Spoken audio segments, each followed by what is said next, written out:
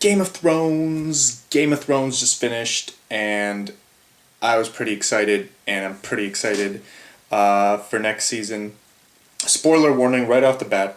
I'm spoiling everything that happened this season. This season was really, really good. It was my favorite season so far in the show, and I've read the books. I've read all the books, so I knew what was going to happen, and judging that the visuals and the execution, I really felt it was better this season than the other season. Plus the amount of events, I've I was actually really skeptical having read the books when they said, oh, season 4 is going to be just the second half of book 3. Well, that's weird because the Red Wedding happened about 2/3 of the way through book 3, so that leaves a lot less than half, if my math is correct. But they made it work. Somehow they made it work. They ended with spoiler alert again, Tywin's death, which was very apt, and it's a perfect jump off point to the next season where a lot of stuff sort of begins anew. Book 3 was weird. Book 3 was like the Hamlet of Game of Thrones, of Song of Ice and Fire, because it killed off so many bloody characters. So many characters died in this book.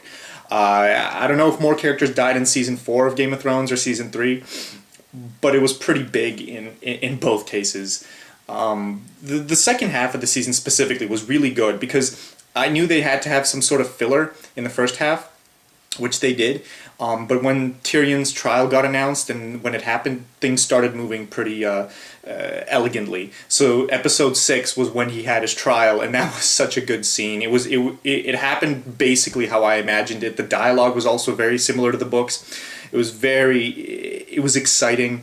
You have Tyrion sitting there, and he's like, I'm on trial for being a dwarf, and you just feel him, and then he's like screaming at everyone. He just goes crazy in that moment when he sees Shay up on the stand, and just like I went crazy when I read that in the book. I'm like, oh dear God, she's in the stand. This is something nobody, like, people will spoil Game of Thrones, they'll spoil who dies, but this is something that doesn't get spoiled, because it has nothing to do with death. The fact that Shay turns against Tyrion, and she seems so insignificant when she's introduced at the start. She's just like a whore, and now she's like, now she's there on trial against him, and then later on he kills her.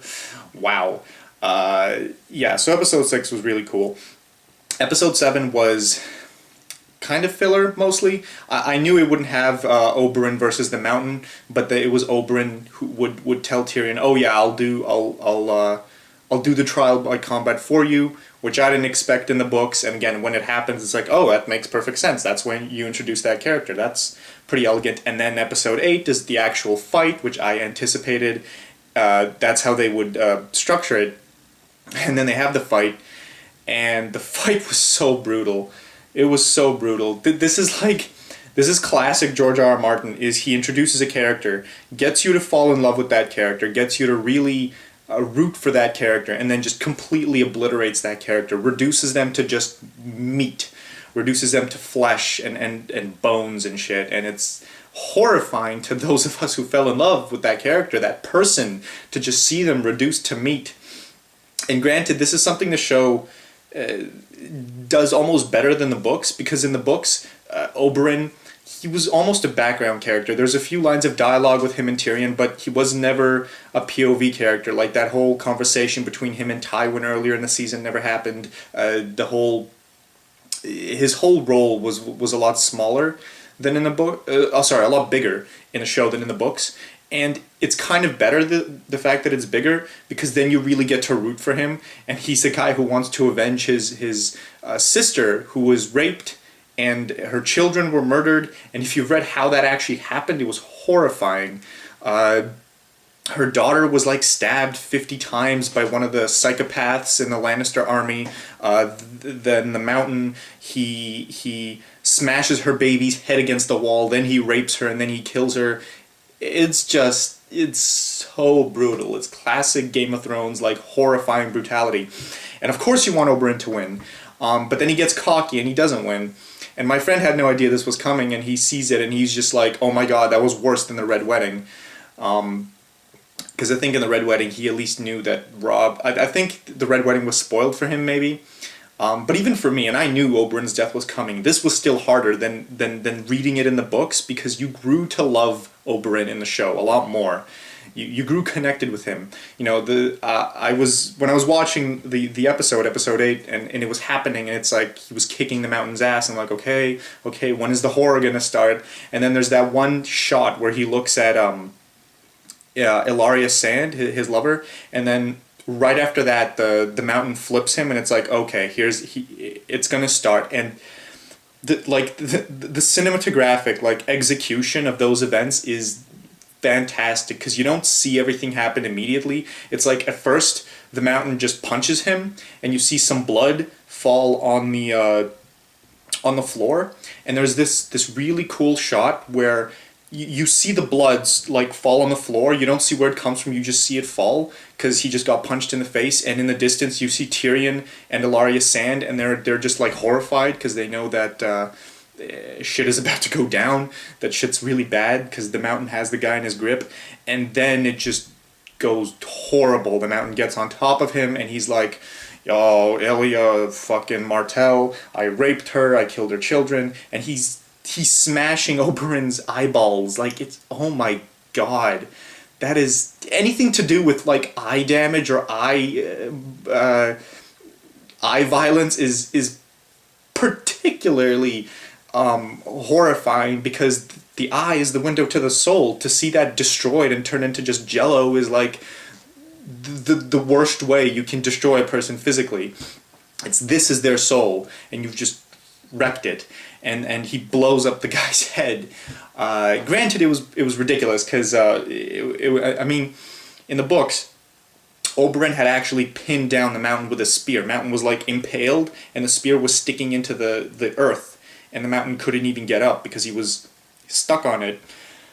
Whereas here, he was like injured. The spear still went through his stomach, I think, or something like that. He was stabbed, and then he just like gets up and gets on top of Oberyn, and then falls back down immediately. Like, it's a little unrealistic that he had the strength to do that after clearly losing the strength to do that when Oberyn kicked his ass. But I mean, they couldn't. Just the way they did the fight, they didn't have the mountain.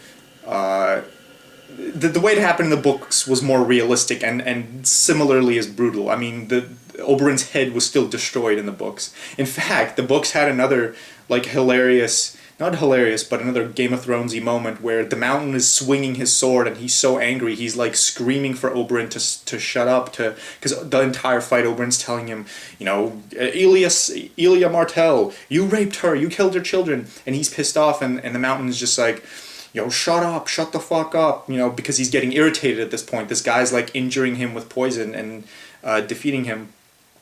And he gets so angry that there's a squire or some kid who's like in the way of the battle, or he accidentally gets too close. I don't recall the exact circumstances, but the mountain just cleaves him in two as he's fighting Oberyn, as Oberyn like scurries off to the side. And that was just another horrifying moment. Like, this human being who wasn't even part of the fight dies, and people are just like, yep, whatever, this is fucking Middle Ages, right? So yeah, that was quite the fight. I mean, it's kind of admirable, because what George R. R. Martin's trying to do here is he's trying to get you to love the character, and so that when they die, you really feel it. It's like you lost an actual person. He tries to bring authenticity, and there's definitely a value in that. I think one problem with Game of Thrones is that it goes too far with that sometimes. I don't think it did that here, but it can go too far with that in principle. Just given all of the deaths that have happened in this show, this is definitely something that George R. R. Martin likes doing, and my only worry is that he doesn't like seeing his characters succeed ever. Hopefully we see some characters succeed in like Winds of Winter or whatever. Then we have episode 9, which was fantastic. It's probably my favorite episode in terms of how it was filmed. The battle between the Wildlings and Castle Black, which was heavily... I knew that this would be like one of the final things that happened this season, because Tyrion Tyrion and Jon, they were the only, those two arcs were like the only ones that hadn't been completed by the end of season 3. Like Sansa, she's done this season. She was completely done. Bran is done. He's already made it to the Wirewood Tree. There's very little else to cover. But this was especially significant, and I'm not sure, but I think in the books, the wildlings trying to, on the other side of the wall, trying to take over Castle Black was a different chapter from the chapter where the wildlings on the north side of the wall tried to take Castle Black.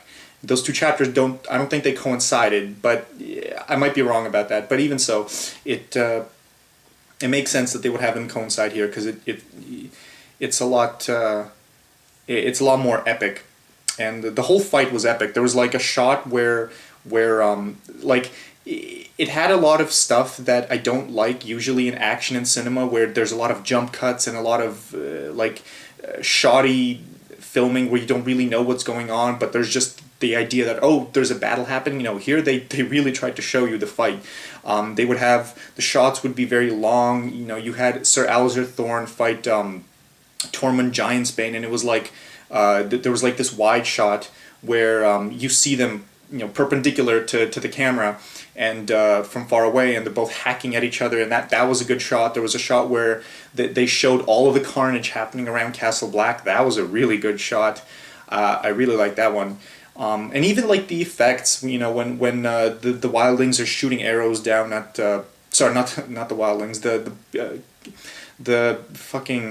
the Night's Watch are shooting arrows down at the wildlings who are trying to get up the wall. It was epic. It was very high budget, which is pretty good, because usually this show has, well, I'll get to that later. But yeah, that was a really cool issue. That was a really cool scene. And then the whole thing where what's her face is going to kill Jon, and that didn't happen in the books. I'm pretty sure in the books, they just tried to take the castle, and she was shot by some guy, and then Jon finds her later on and sees her body, and then they have that exchange where she's like, "You know nothing, Jon Snow," which her the classic line, "Jon Snow knows nothing." And then but here what happened was she was about to kill him, then she hesitated, and then the kid whose parents she killed earlier in the season shoots her in the head, or in the body, or whatever. He kills her. Some mild revenge there. That poor kid, goddamn, like the horrors in this show is ridiculous. But yeah, that was, in general, that was a very good episode. It didn't have too much thematic stuff going on, but it had a lot of actiony and a lot of good examples of good filmmaking, or what I would consider decent, pretty good filmmaking.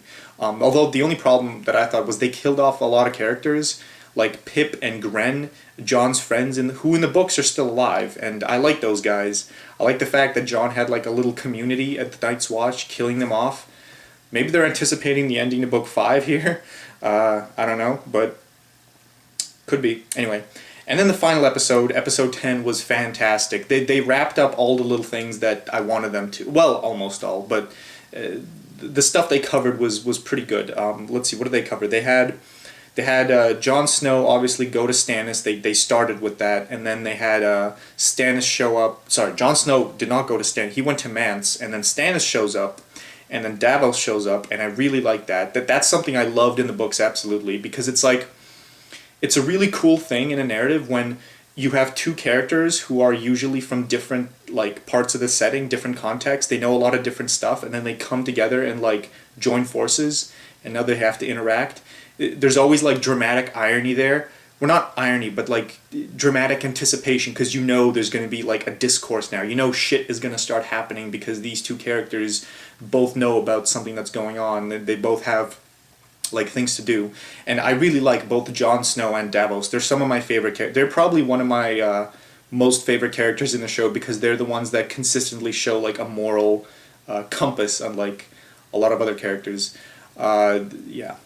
So that was really cool. One problem I have is the guy who plays Mance does not play Mance Rayder from the books. The Mance Rayder from the books, if you have read the books, recall, you would know that the Mance Rayder in the books is like a joker. He's like, he doesn't take himself seriously. Or it's not that he takes things seriously, but he acts like he doesn't. He was a bard from the place he came from, because he came from south of the wall. He was a bard. He wasn't like he almost he's like a poet. He doesn't take anything seriously. It's like a song. It's almost like a joke.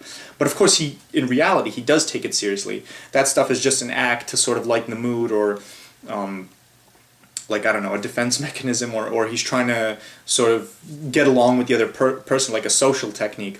But in reality, of course, he takes the situation seriously. Anyway, the problem was the guy who plays him does not do that at all. He's just like, I mean, he does the best that he can, but it's not the Mance I had envisioned.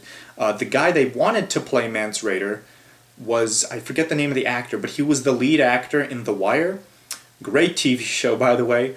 And that guy was amazing. That guy would have played Mance Rayder perfectly, because I could see it. Because I know Jim McNulty from The Wire, the character, and he was perfect. That, like, he had the face. He would have had the personality. He could really bring that role to life. So that's a shame. The only reason he didn't take the role was because he didn't know what the show was when he heard about it. So that's a big shame. That's a tiny, teensy little complaint there. What else did we have? We've had,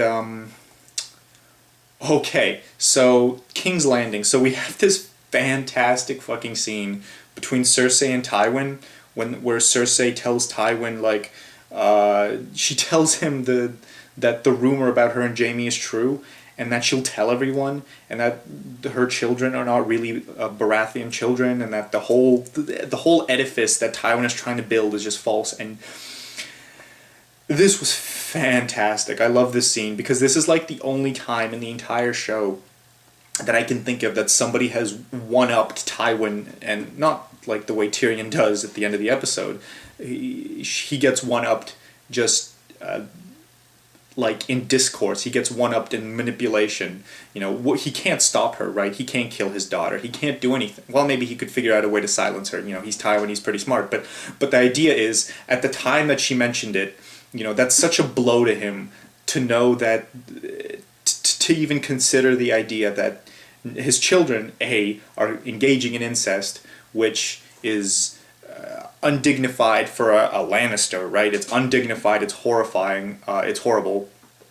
Not to mention, their children are incest children, and so they are not Baratheon children, and so the Lannisters have no claim on the throne, and the entire legacy that Tywin is building, it doesn't even matter. Now, Tywin is definitely the guy who would try to build a legacy regardless of whether it was based on truth or not. I mean, I get that feeling, but I still really feel, I mean, my theory is that the idea itself matters to him, that she really distressed him, that, like, in the scene you could see just like the sheer anger and horror in his eyes. And Charles Dance, the actor that plays Tywin, does a fantastic job of playing Tywin. But you could see this is like, usually Tywin's completely like, I'm Tywin Lannister. No, but here he was like, you know, he was like shaking in his fucking boots. He was absolutely like scared and terrified and angry. You know, and then you have the little wide shot where he's like twiddling a key or some shit in his hand, and because he needs to fiddle with something, because he doesn't know where to sort of channel his emotions, his strength. But I have a really distinct feeling like he was really, really affected by what she said, you know, because that's his entire life there. That's his entire life. The Lannister legacy, that's his life. And she is trying to undermine it all. And she presented a reality that would undermine it all. Like, even if Tywin could get away with concealing the fact about the Baratheon children, I still feel like he would not feel good about it. I still feel like he would feel bad, because he would want his legacy to be built on truth, not something that's clear that he knows is false. I feel like he wouldn't like that, that it would matter to him, not because of out of a sense of like honor, but out of a sense of pride, right? You know, you can't base your legacy, your entire pride on something that is false. That's bullshit. It's kind of like Walter White, you know, who had problems when other people... Well, okay, that's a little different. But, I mean, I imagine like in Breaking Bad, Walter White would not feel comfortable taking... Like, he didn't like the idea of charity. He wouldn't like, for instance, if somebody else was making blue meth and he would take the credit for it. I don't think he would like that. That taking credit for the work somebody else did, because it's his work. Does that make sense? That comparison? I mean, I think Tywin and Walter White are similar in general, but does that comparison specifically make sense? Maybe it doesn't. I don't know. But the point is, I could tell that he was shaken by the revelation, and that was beautiful, because you could, even Tywin Lannister has a weak spot, and this was his weakness. What else do we have? So we have Brienne versus the Hound, which was awesome. Did not happen in the books. Maybe it should have, but it was really fucking awesome. I love that scene. The whole fight, and then Brienne's just like smashing a rock into his face. Then Arya lets the Hound die and doesn't help him. Was heartbreaking. Absolutely heartbreaking. Yeah, there's not much else to say about that. He actually took care of her. He was a nice guy to her at the end. She was a dick for letting him die there, letting him bleed to death without killing him. Although there's a theory floating around by people who've read book 4 that he is not actually dead because of stuff that happens later on. There's indications that he might still be alive, and that would be pretty cool. I think the theory is correct given like the evidence that people have presented. There's a whole bunch of fan theories about what's going to happen in Game of Thrones. It's a very opaque sort of story. You don't know what's going to happen.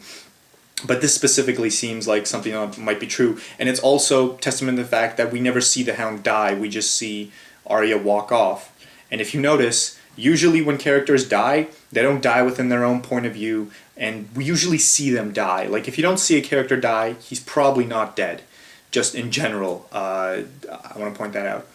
So that stuff was really cool. And then we have the finale where Tyrion kills Tywin. Okay, well, first of all, there's something here I didn't like, which was the conversation between Jaime and Tyrion when Jaime frees Tyrion. This was completely different in the books. In the books, they had like a whole elaborate discussion. Tyrion was talking to Jaime, and he admitted he lied to Jaime. He told Jaime he was in fact the guy who killed Joffrey.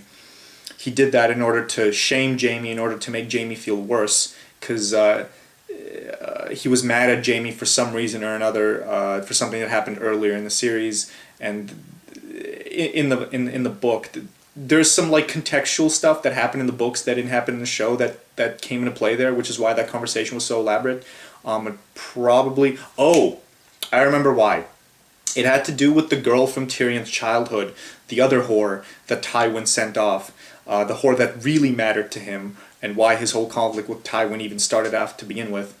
That was why they had that elaborate conversation, and this wasn't a big thing in the show, which is why they sort of ignored it. But I feel like they should have left it in, because it was pretty impacting, the scene with Jaime and Tyrion, and it wasn't so. Like in the show, it was almost like taken for granted, like Jaime would show up to save Tyrion. So, anyway.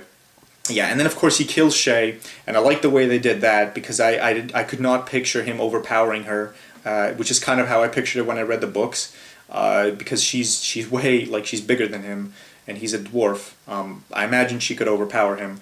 And then he kills Tywin, and Tywin is such a fucking asshole. Like, the guy doesn't, like, his son comes in with a crossbow, and he's just like, Tyrion, put down the crossbow. Like, his face doesn't even twitch. He has no reaction. He's like Gus Fring. He has no. You can't see fear. You can't see hatred. You can't see anything. It's so buried beneath years and years and years of trying to bury everything, because you're trying to be cool to and strategize and be a good leader. It's pretty fantastic. The way that scene played out, it's a lot. A lot of the dialogue was very similar to the books, and it should have been. That scene was pretty accurate, and it was pretty well done. I like the scene. It's, of course, it comes back to the fact that when Tyrion comes to him with a crossbow pointing to his face, Tywin doesn't care about what Tyrion is going through. He's just like, he's just trying to get out of it and trying to get Tyrion to, like, fuck off. And he's just like, we'll discuss this in my chambers, or something. I wouldn't let them kill you. I would send you to the Night's Watch. By the way, I don't actually remember. I'm almost certain that this was different in the books. I'm almost certain that in the books, Tywin was in fact going to send Tyrion to the Night's Watch, and he wasn't going to kill him. I mean, he was going to send him off to get rid of him because he doesn't like Tyrion, but he wasn't going to kill him because killing Tyrion, you can't kill your own blood. That's horrible. Even for even if you hate Tyrion.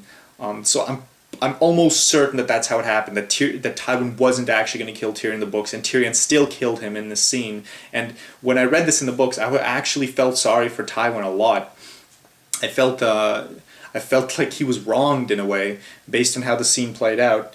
But watching it here in the show, I felt differently because of how Tywin acted, because he didn't even care.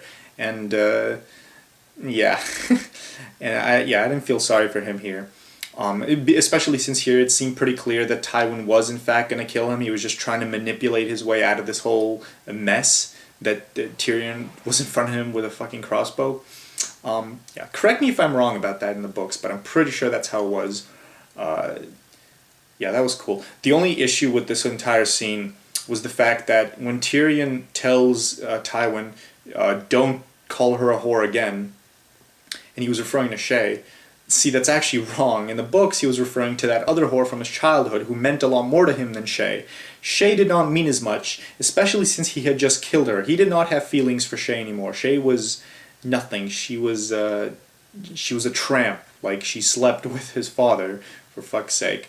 It meant a lot more that they would talk about the whore from his childhood, because if you read the books, that's a much bigger part of Tyrion as a character than this stuff. In fact, here it seems kind of contrived, like, oh, well, you just killed this woman, so clearly you hated her, but all of a sudden you have respect for her? What? Like, he didn't kill her out of self-defense, too. I mean, he wanted to kill Shae. Believe me, he did. So yeah, that was a little cheesy, but the actual interaction with Tywin and how that would turn out was kind of cool. This was really like the end point of a huge era in the show, because Tywin Lannister was a massive figurehead. He had a lot of control. He was basically the big villain for now. So taking him out like that, not only was it appropriate, but it totally changes the dynamic of what's going to happen in the world. Completely changes everything. Like Daenerys would have an easier time taking over King's Landing and everything now, because with Tywin out of the way, the power structure is it's completely different. Granted, in the books, it's still sort of there because of Kevan Lannister, Tywin's brother, but as you see in Dance of Dragons, spoiler alert, Kevan Lannister stops mattering. Actually, he doesn't matter in book 4 either. So, yeah, that stuff. It's a really pivotal moment, and I like pivotal moments. And ending a season on a pivotal moment is generally a good thing. So all of that was really, really cool. I really, really liked this season. Not because of the events themselves, but of how they were executed. Book 3 was my favorite book out of all the books, because it had the most impacting parts to it. But given what they did with season 3 and stretching the first 2/3 of book 3, and then what they did here is stretching the last third into a whole season, I think they did a better job here, despite all of the filler that happened earlier in the show, like with that guy who plays Vargo Hoat or Vargo Hoat, the guy who cuts off Jaime's hand ends up north somehow. Really fast. I don't know how he crossed all that land that quickly, and then he ends up at the wall, and then he dies, and it's a whole subplot just to have like an extra episode. The whole subplot with Jon going to Craster's Keep and killing everyone, that never happened. The Craster's Keep guys, we don't know what's happening with them in the books. They're probably dead for all we know. The whole shtick with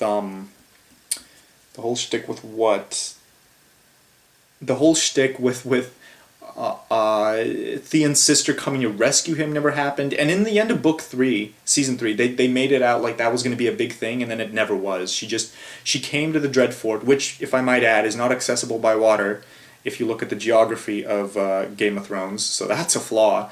And she ends up in the dungeon somehow without, like, how she sneaks into a castle full of fucking guards all over the place is beyond me. But and how she manages to actually get to the dungeon and back out alive, also beyond me. Seems a little unrealistic and contrived. And then she's there with Theon, and she fails to convince him, which never happened in the books.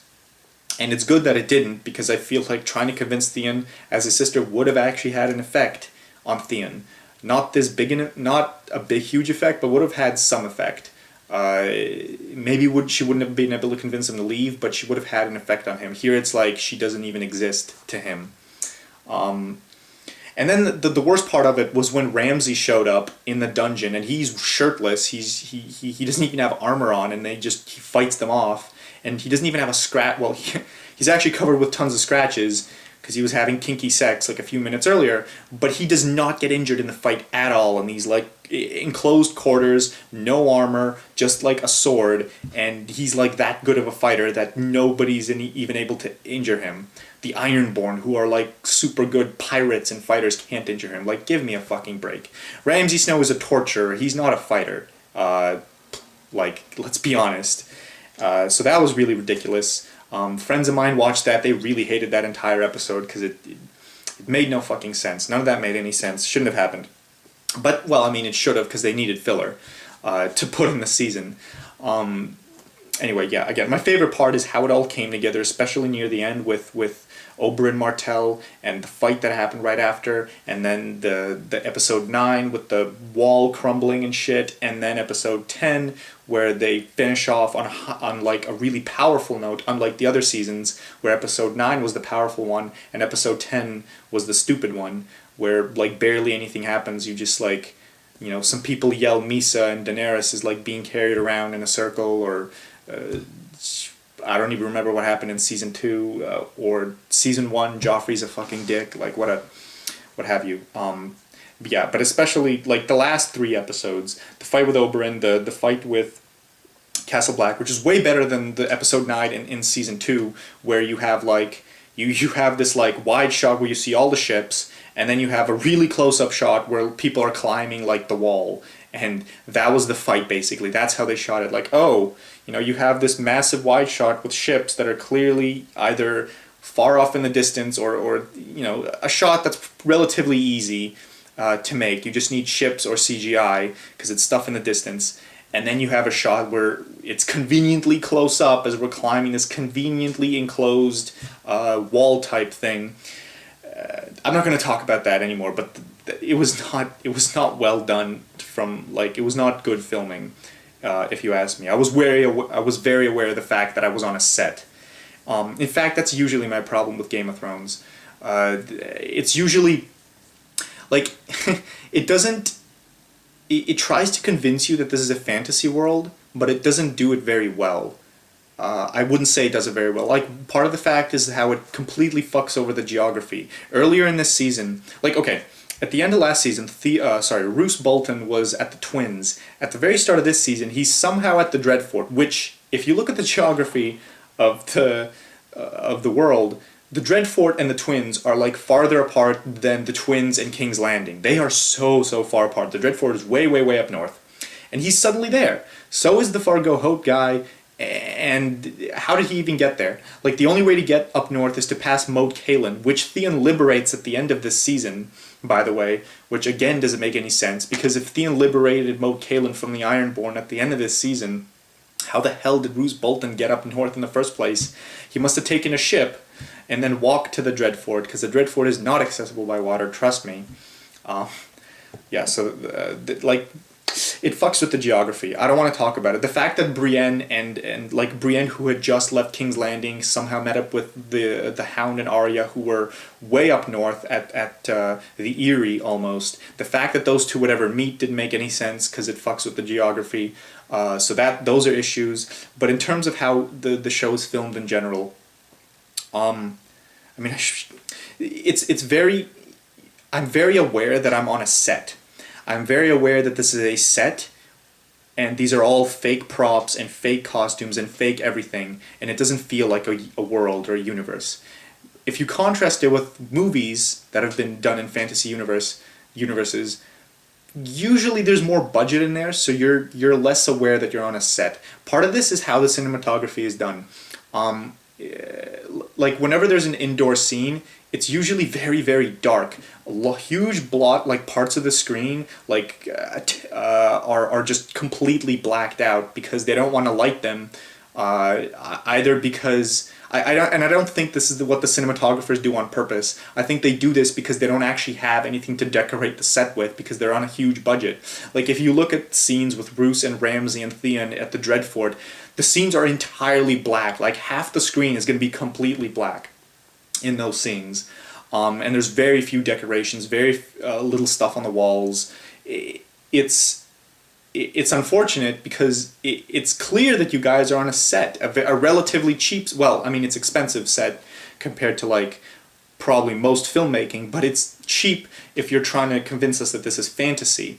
If this is fantasy, you want to make it ornate, you want to make it interesting, you want to fill the screen with stuff that's from this other universe that is interesting to convince us that this is another universe. If you look at Lord of the Rings or The Hobbit, and those are ridiculous examples because those movies have an ungodly amount of visual fidelity. But if you look there, every single shot, every frame is interesting. They fill every single scene, every shot with interesting stuff on the screen in terms of colors, in terms of lighting, in terms of, you know, even if you're just looking at Frodo's face, like the stuff behind him, the stuff near him, the stuff to the side of him, the way light falls on him, it's never like, it's never super dark, it's never like super, I don't want to use the word gritty because it's not about realism, it's interesting, it's visually compelling, like we're looking at it and we're interested in seeing what it's about. It's the same with like Pixar movies or animated movies. They are very visually interesting if you look at them. Even though they're cartoons, they are fascinating visually because you have all of this like cool visual elements floating around. Whereas here, it's a cheap set, like relative to that, it's a pretty cheap set. Which is understandable given that they're on a massive budget. I'm just saying that it's annoying. If the goal of the series is to convince me that I'm in a fantasy universe, a realistic fantasy universe, they're having a hard time of it because it doesn't feel realistic, because it feels cheap, and because it looks relatively cheap. But again, I can't, like, okay, ignore that if you will, because I can't really harp them for that. It's just a minor thing that bothers me. Along with the books sort of deviating from the show, but that's understandable as well. And granted, there are shots where there is visual fidelity, I'd say, and visual finesse, and they do try to show you like beautiful landscapes or beautiful parts of the world in a decent amount of detail. Like I remember a specific shot when Oberyn and the Mountain were fighting where you could see like the entire Red Keep in the background, and below it you see the people sitting in the stands. That was a decent shot. What else? Daenerys' stuff.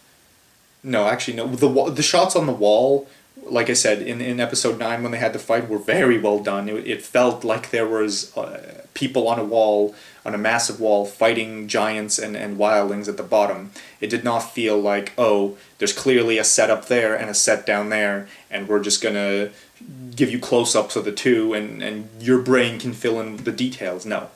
Daenerys' part is actually one part, her whole arc I've almost always hated, in part because it doesn't have the visual fidelity I'm talking about, because it feels so much like a set, so ridiculously much like a set, and then there's very little background, there's too many close-up scenes, and no, like, none of this detailed environmental aspects like you have in Lord of the Rings, and she's in the most exotic parts of the world, so that stuff is almost necessary for Daenerys' parts.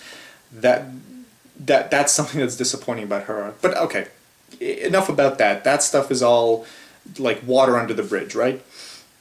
Yeah, so I basically talked about what I liked and what I didn't like. This season was really, really cool. It had some of the most powerful moments in the series. Tyrion killing Tywin was a huge moment, and this was something that was foreshadowed from the beginning. I have a feeling George R. R. Martin knew that this is how Tyrion and Tywin arc. This is how Tyrion's arc would go from the very, very beginning, ever since he came up with the character. Because even in book 1, like everything down to the trial, down to Shae betraying him and him having to kill Shae and then Tywin, I think he had it all figured out, because in the chapter in book 1 where they introduce Shae and you think she's not an important character, they also introduce that whole subplot with Tyrion's whore friend from the past, and why he has such a stringent, such an awkward relationship with his father. That was all introduced at the same time. So thinking about it narratively, it makes sense for George R. R. Martin to introduce all that stuff, and then to develop Tyrion as a character, because it makes a lot of sense, right? To introduce that stuff at the same time, and then follow into Tyrion's relationship with Shae and how that builds and flourishes and then deteriorates, and then how his relationship with his father eventually deteriorates, and his father's like, fuck it, I'm killing you, and then, or I'm gonna let you take the fall for something you didn't do, and then Tyrion's like, bam, I'm gonna kill you. Very, very good stuff, George R. R. Martin. There's a lot of crap, I think, because the original idea for Game of Thrones was just 3 books. I think a lot of stuff with the main characters that happened in Storm of Swords was something George R. R. Martin had planned for a while, namely Tyrion and Tywin. The Red Wedding was something he had planned for a while. Eddard Stark's death he had planned for a while. All of that stuff, because the ideas were to destroy these 2 royal families, basically.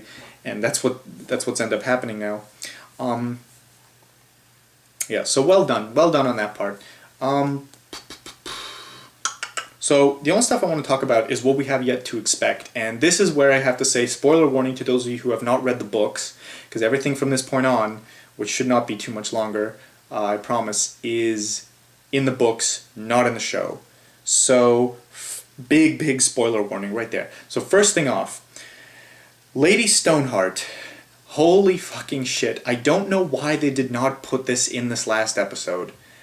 It felt so necessary. It felt such a beautiful thing to end the show on, to put in Lady Stoneheart like that, because Lady Stoneheart, it's such a twist, right? And you haven't seen Catelyn for like an entire season, and then she comes back, and it's like, whoa, right at the end there. They didn't even have to, they'd have to introduce like a Frey or some shit. That's not that hard. It's like a 2-3 minute scene at most. They could have cut down some of the stuff with Jon and Sam or whatever. They could have cut down some stuff with Arya, I guess. The only problem with Arya is that this whole season, Arya and the Hound did nothing. Like, absolutely. They wandered around the countryside, and then the Hound died. Whereas, if you read the books, the Hound, the fight that Arya and the Hound have at the very start of season 4 is the fight that should have killed the Hound like a chapter later. An Arya chapter later. That was another flaw, by the way. So yeah, I guess what they could do with Lady Stoneheart is, given that Brienne meets up with her at the end of Feast for Crows, it could be that they introduce Lady Stoneheart at the end of season 5, when Brienne meets up with her, that they might end the season on that. That might be really, really cool. And it would make a lot more sense, and it would be easier narratively than having to introduce Meryn Frey or some superfluous character and just have Brienne be the one there, because we already know Brienne. So that I'm looking forward to that. That's probably what they're going to do, if I had to guess. In terms of what's going to happen in season 5, if you look at the books, a lot of stuff is, I'm going to be really perplexed as to what they're going to try to do, because Sansa's arc, completely done. She literally, I don't think she reveals who she is at the end of book 5, and she appears in book 4 and 5. She's one of the characters that appears in both, and her arc is completely done. She meets up with what's his face, Littlefinger, and then she's Elaine Stone, and then they have some fucking conversations, and then in book 5, like, that's it, and there's basically nothing else that happens. I feel I don't know what they're gonna do there. They're gonna have to I think they're going to go into spoiler territory for Winds of Winter, or they might have to, or they're just going to have to invent filler shit to keep the time going, which they might do as well. Another problem, Theon's arc. Theon's arc is literally, like, way further ahead than it should be. He gets into Winterfell near, like, the middle/end of book 5. He does not get there. Like, first he goes to Moat Cailin, then he goes to, like, some area to the south, west, where he does nothing and meets up with some random fucking, like, tiny characters in the book, and then that goes nowhere, and then he goes to Winterfell, and then the huge fucking winter storm hits, and that's when he remembers his name, and at Winterfell he remembers who he is, because of the power that the Starks had over him, which is really absolutely a beautiful narrative moment as well. But they're jumping way ahead. Also, Bran is literally done along with Sansa. He reaches the three-eyed raven at the end of at the end of his part of book 5. So I don't know what the fuck they're gonna do there. Who else do we have? We have so Jon Snow. Jon Snow is actually, they have room there because Jon Snow's part is way behind. If I recall correctly, Jon Snow becomes Lord Commander of the Night's Watch at the end of book 3. When they start off book 5, so they start off book 4.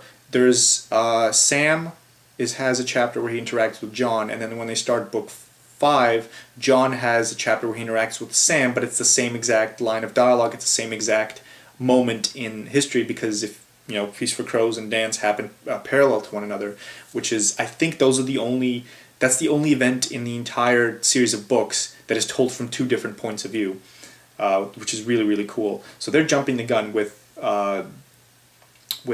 where Jon is now. But again, it's a pretty good moment to end the season on Stannis showing up. But I think they have room there. That stuff's pretty good. They have room with Cersei and Jaime. They don't really have room with Tyrion. Tyrion's arc, I mean, okay, they do have room with Tyrion because his journey during book 5 is like really extensive and he has a lot of chapters. So yeah, they're gonna have what he does in Pentos, and then he goes off from Pentos to the river. And there's all the crap that happens along the river, and then he gets to Volantis and all of that shit. So there's quite a bit of stuff left to do with Tyrion. Dany, I don't know what happened. I don't recall what happens to Dany. I think she's basically done. There's a lot of political crap, which I guess is going to be interesting to watch. Whatever. I haven't really enjoyed the Dany sections in the show that much. Or the books, for that matter. So, whatever. In King's Landing, we're going to see Cersei make terrible decisions and fuck herself over. Jaime's going to just, try to learn how to use a sword and do nothing else. The only thing that might be cool is they're going to return... what they might do in Book 4 is they have Jaime go up to Riverrun and try to take it back, because the Blackfish still has it under control. And the Blackfish has actually been introduced in the show, so they could actually do this. And then there's that whole scene between Jaime and Edmure in the books, which I really liked, because Jaime, he actually kind of sympathized with the Starks in that scene, and he was disgusted with what the Freys did, and he insulted them, which I really liked. That was really cool. It says something about Jaime's character, that he's not a complete fucking asshole. So they'll do stuff with Jaime, and that would be pretty fun to watch. Jaime, yeah, I guess I'm looking forward to that. Not the other stuff that Jaime does. I'm not really looking forward to what Cersei does, because it's just going to be bad decision after bad decision. Brienne, Brienne's whole part in Feast for Crows, other than the ending, was completely irrelevant, completely inconsequential, didn't add anything to anything. It was just so was Cersei's, for that matter, so was Jaime's, so was the Martell section. It was all just people living their lives. It was filler. It was, the big events had happened in Storm of Swords. Feast for Crows was like a refresher. Now people just live their lives. That's pretty much what happened. I think George R. R. Martin wanted to do a time skip, but he decided not to. Maybe he should have. I don't know. I feel like there's going to be a lot of filler in Season 5 regardless, because there was filler in the goddamn book, so there's got to be filler in the show. Unless they forget the filler and straight up jump ahead to Winds of Winter, which would be cool. The Martells, I'm kind of excited to see the Martells, but I feel like, again, given how almost nothing happens with them in the books, in Feast for Crows, which is Feast for Crows is roughly... No, yeah, not a lot happens. You have that whole Sir Eris Oakheart subplot, which again goes nowhere, and then you have Elaine being captive, and then that pretty cool chapter where she and her father have a discussion, and he reveals to her his big, plan and shit, his big overall plan, and he sent Quentyn to the east, and that was really cool. That was a pretty cool chapter, so I'm kind of interested to see that stuff. But in general, to just see the Martells and see how they're done. But narratively, not a lot happens even there. Yeah, so there's that.